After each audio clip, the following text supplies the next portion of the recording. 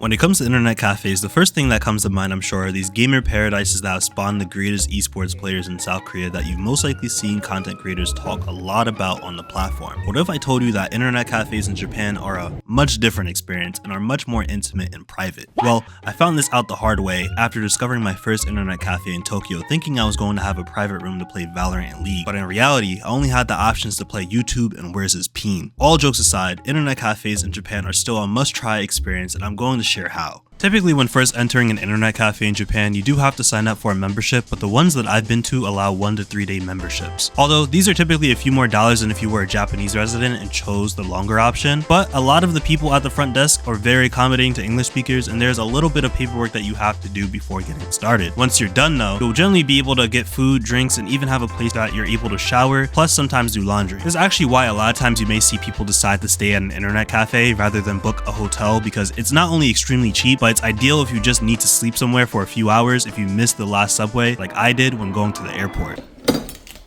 Let's see what we got here.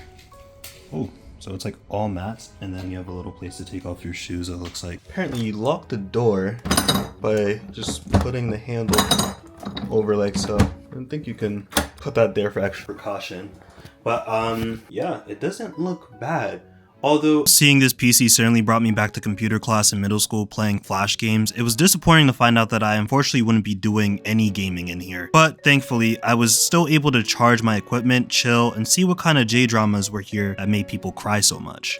So guys, typically in these type of places, you have to be very quiet because the walls are thin, so people in the other rooms can actually hear you. One thing that I noticed that's actually pretty interesting, other than the tissue box anyway, is the fact that, yeah, this isn't a gaming PC. These aren't gamer keyboards at all, but essentially what you're supposed to do is, when you get your key, you also get this thumb drive here, apparently, at least at this location. And once you put the thumb drive in, then it unlocks the PC. A few moments later. I'm not even gonna describe what I see on here, guys. Like, I feel like if I were to describe the kind of stuff that I see on here, I would get banned. When it comes to the location I paid a little more for, this place not only had gaming rooms, but also double rooms so that you can play with your bae or homie. I don't care what you guys do. This night in particular, I had my luggage with me since I was going to the airport. So I decided to get their biggest booth in case I decide to take a nap, and the internet cafe even included things like a TV, a snack and drink bar, more tissues, and even towels in case you need to take a shower. Not to mention the building even had a gym upstairs that I couldn't use because I have tattoos. This is unfortunately just one of the main roles that makes me question, but still respect the values of Japanese